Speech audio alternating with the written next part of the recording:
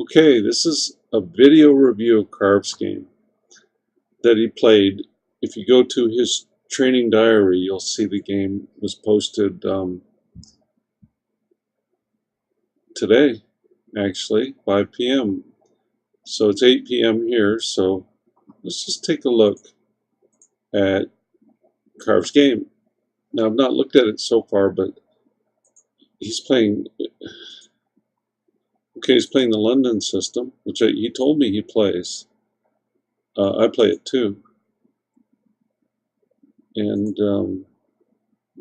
so it's the G6 version of the London system, which is kind of a hard nut to crack. I like to push the H4 pawn against it. So, yeah, these are typical moves. Whoa. Okay, Carv is playing H3 here with an exclamation mark. He says, if I can get that move in, I'm happy with the opening.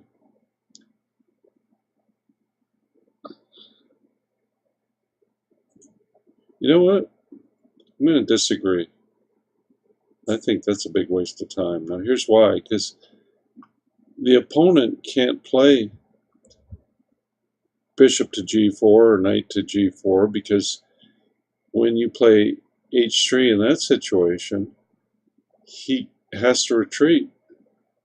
So if he plays bishop to g4 and you play h3, if he plays bishop to h5 here, you lose the bishop. So that square doesn't need to be guarded.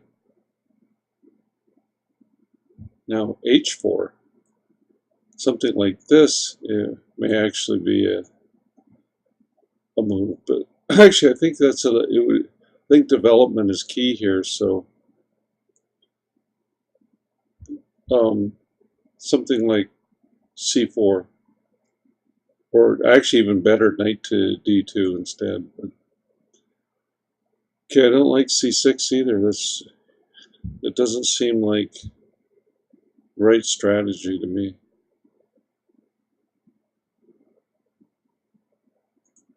Something like, what does he say? Okay, he's castling. So Carv played c4. The key idea against King's Indian setups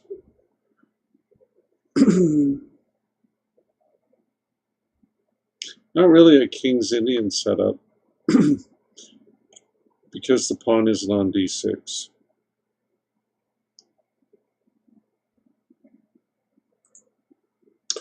Whoa, knight to h5. That's a wasted move because the bishop going to run away, I bet. Yep, see? Now, and then, yeah, admitting his mistake, but this just gives me a free hand to get a dream position. However, leaving the knight there can run into bishop takes h5, yeah. Okay, so what Carv is saying is that he thought that this move here was an error. Well, I agree. That's a beautiful bishop on that diagonal. And, you know, I thought the opponent, you know, maybe needs to do something more direct, like rook to e8.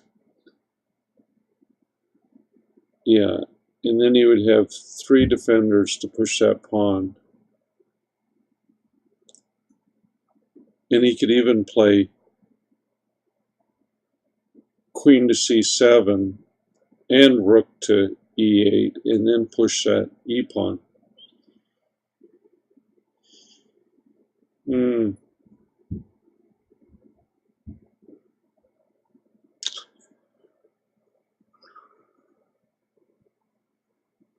Yeah, I don't know. Black has a ways to go to do something in the center here. Just looking at the pawn structure, that's this is kind of a key moment because you want to look at the pawn structure here.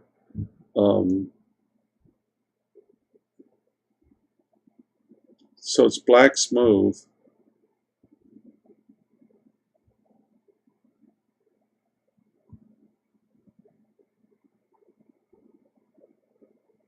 I think the e5 square is going to be critical now. That white's h2 bishop is a beast here. You know, King's Indian structures, like Carve's saying, that f4 move is key. So basically, I mean, the f5 move, the e5 and f5 moves are key here.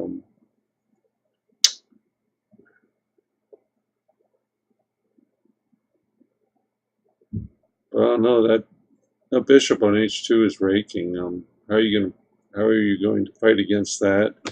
It's going to be hard to set up a pawn structure that can do that. You're not going to be able to trade it off. I think black's plan needs to be able to play e5 at all costs. So maybe even f6 here.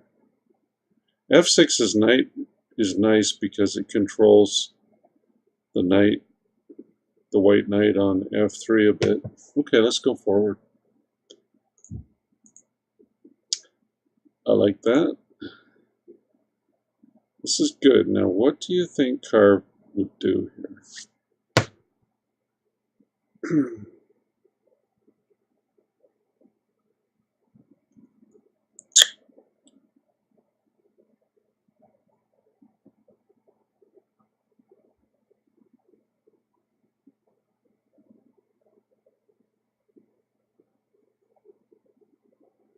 I think taking would be a big mistake because the pony on f6 will just take it back and have a really, well, decent square.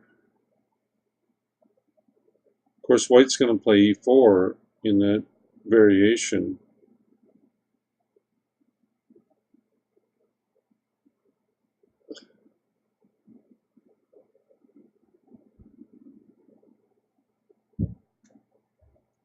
Now let's just calculate that. That's c4 takes d5, knight takes d5, e4.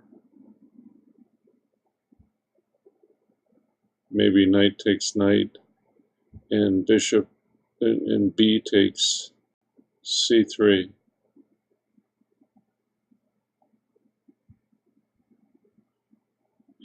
I think that's probably good for white. A lot of chess to play. So I'm thinking Carve probably. I think if I were Carve, I would play c5.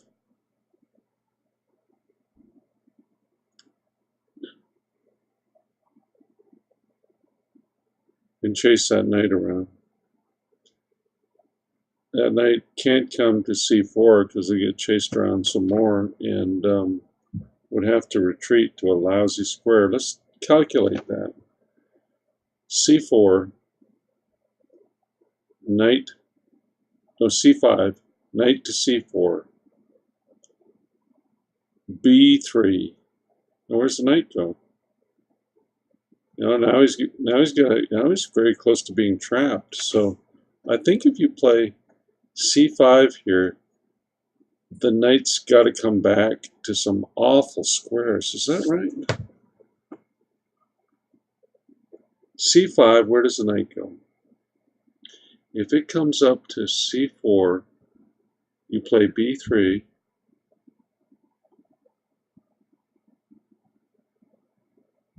And that knight is close to being trapped. So c5 is actually a wonderful move. Because the knight... Oh, it can't... Yeah. So that would force the knight to go to d7, which is a terrible square for that knight. Okay. Play c5. Curve. Ugh. Alright. I need to hurry because I'd like to run the computer on this. Just this move alone. I don't think that's a good plan. Carve, do not give your opponents a beautiful square for the knight. Now, you can play... You gonna take it? No, you didn't. If you play knight takes knight, knight takes knight, then you could drive it away with e4. Huh? Still, that lets the bishop out and really solves a lot of his problems.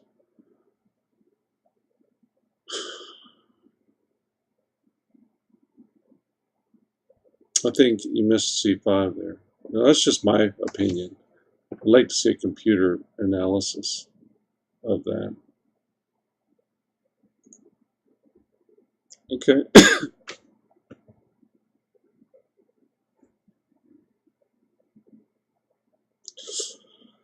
You got a question mark. Question mark lets me play a move I want to play with gain of time.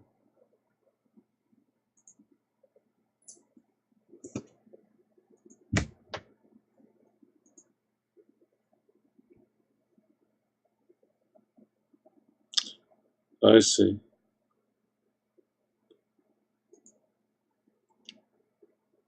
You know, that's not a real outpost. I understand what you're saying there. You're going to... Oh my God! I thought your knight was going to head to c5. What? The c5 is not a real outpost because anytime you just play b6 and kick it away, it's not a real outpost. So where? I mean, I'm sure that you just didn't want to put your knight on a4 just for the hell of it. Yeah, I see. See, you're lucky, though, that he played it that way, because if you had played knight to c5 here, and then he played b6, what would you do? You're the one that would have the knight just running away, right? Because it's not a real outpost square, because the pawn structure, anytime outposts are where your pieces can stay halfway safe, and with b6 coming, it's not a real outpost. Now, he put a bishop right there where you could take it, but if he hadn't have done that, where would your knight have gone? It would have just went away. So let's see what the comments are. Bishop b7. Yeah, that's okay. So you played a3, controlling the dark squares.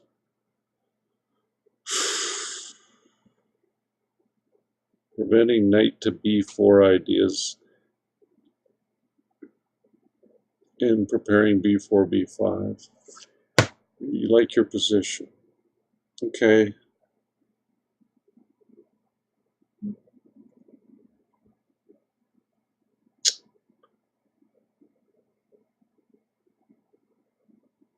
Well, knight to b4 doesn't need to be protected against because it's a lousy move.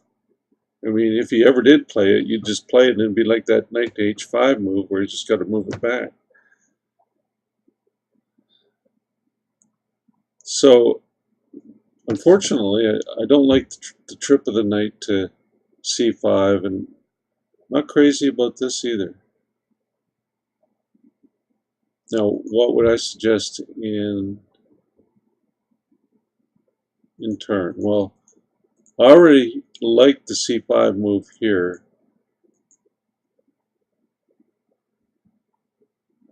And I like this move.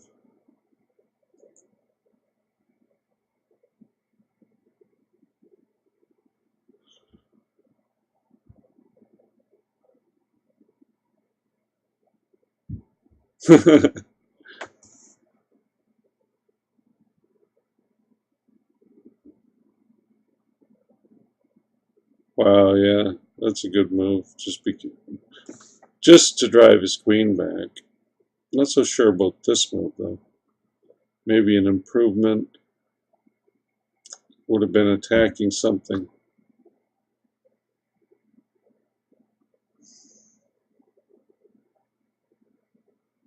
You know,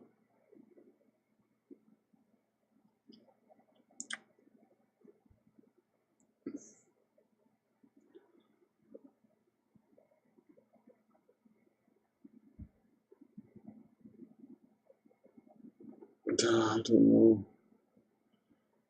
This, I'm having some trouble here. I mean, there's a lot of potential. What's the plan that you need here? It's White's move. Um,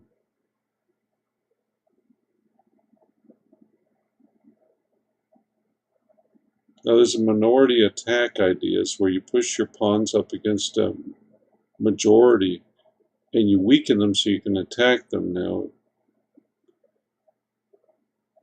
cannot really do this right now.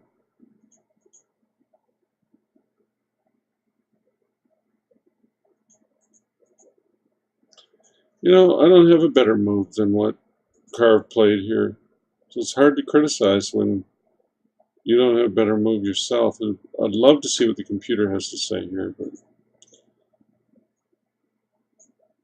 this is an okay move now because he can take that bishop. Now he's got the bishop pair as well as everything else.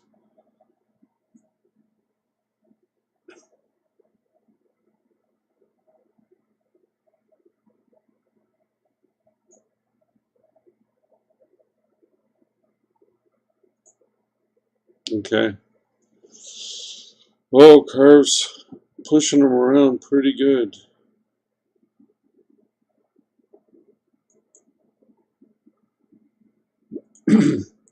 What in the world happened here?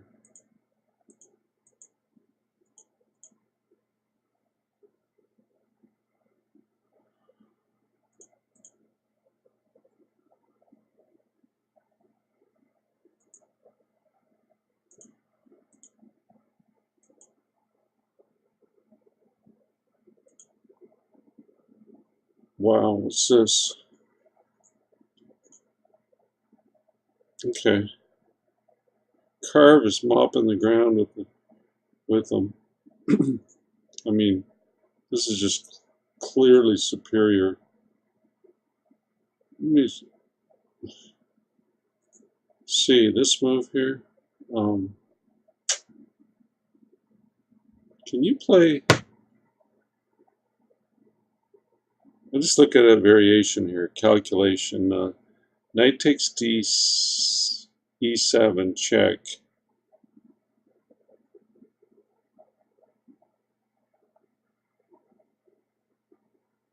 Knight takes e7.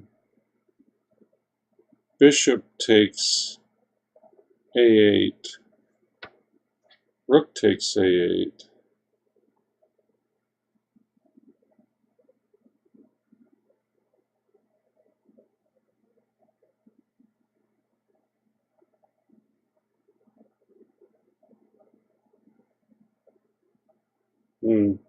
Okay, that's no good.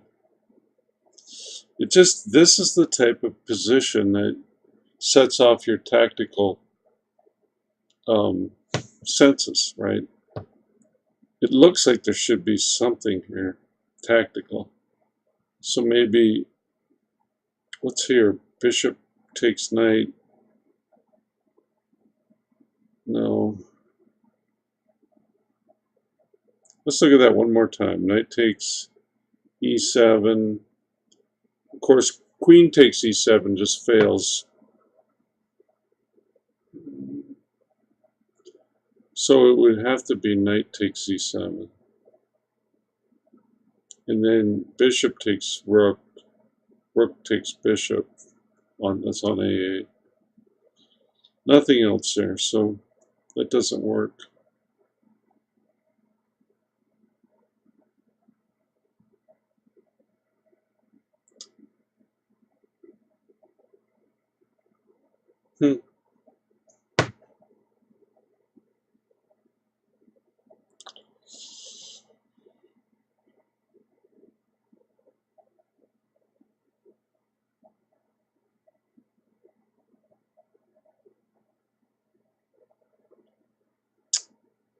I don't know, I kind of like knight to e5 just because it's a tempo move. But those are beautiful bishops. However, they are attacking the wrong side of the board, huh? It doesn't do any good to attack things that aren't there. But I like knight to e5 just because it wins a tempo. And that's what he played. Yeah. Okay. Well, he's coming. Nice. Doubling of the rooks.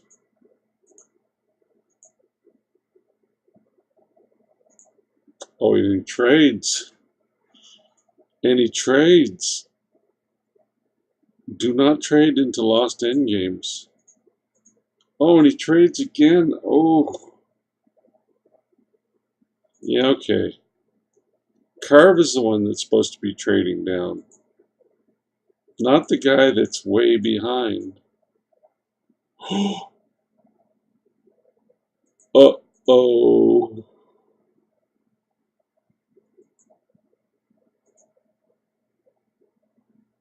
Oh, that's a tactical oversight there. What does he say?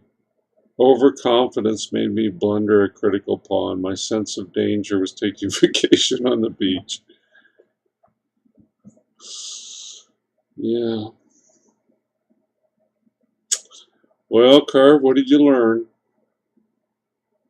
Dude, I feel bad for you. Let me see what happens.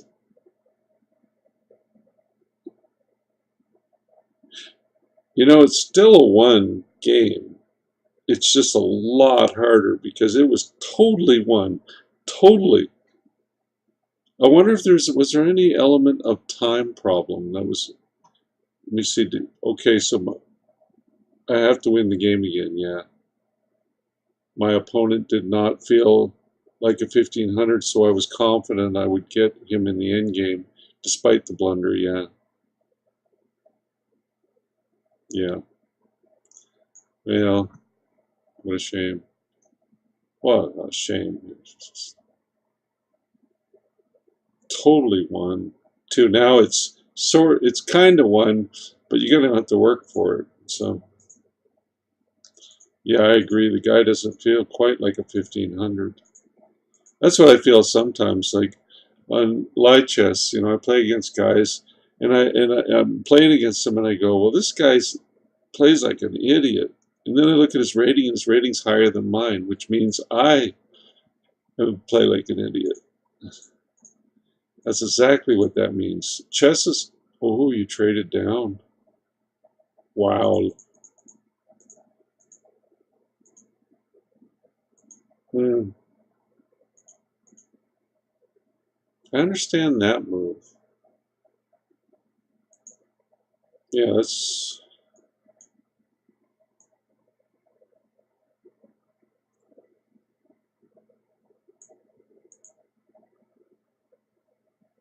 I think that you can still win this only because the guy isn't a very good player. But technically, this may be drawn. Um,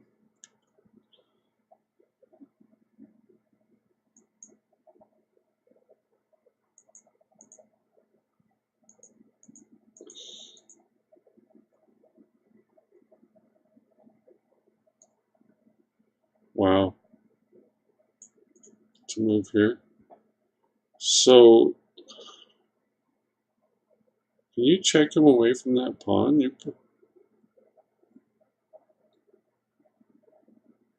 No, not quite, but you get a free tempo move here playing g4 check.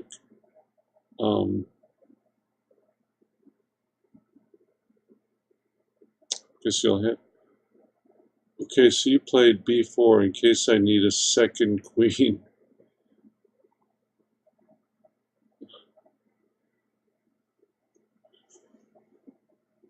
Hmm. Well, let me think about that. Well, the good thing is you stop him from moving his pawn.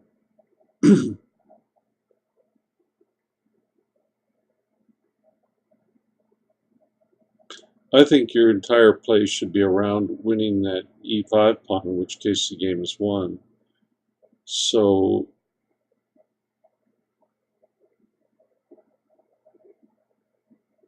I'm not exactly sure how to do that. You need to come up with a plan. I think the plan is to drive his king away, which you can do with g4 check, king to f6, and then e4, and then if he plays h4, you play h5, you play h4, and then you play g5 check. Now this pawn you've got on e4 is holding that. Yeah, then if he takes, you takes, he takes, you take, game over. So I think you can drive his king away from that pawn. You have to use this pawn to hold the white square, and then drive these two up there to get that square. I think it's doable, but whoa. Yeah? Let me see, any comments?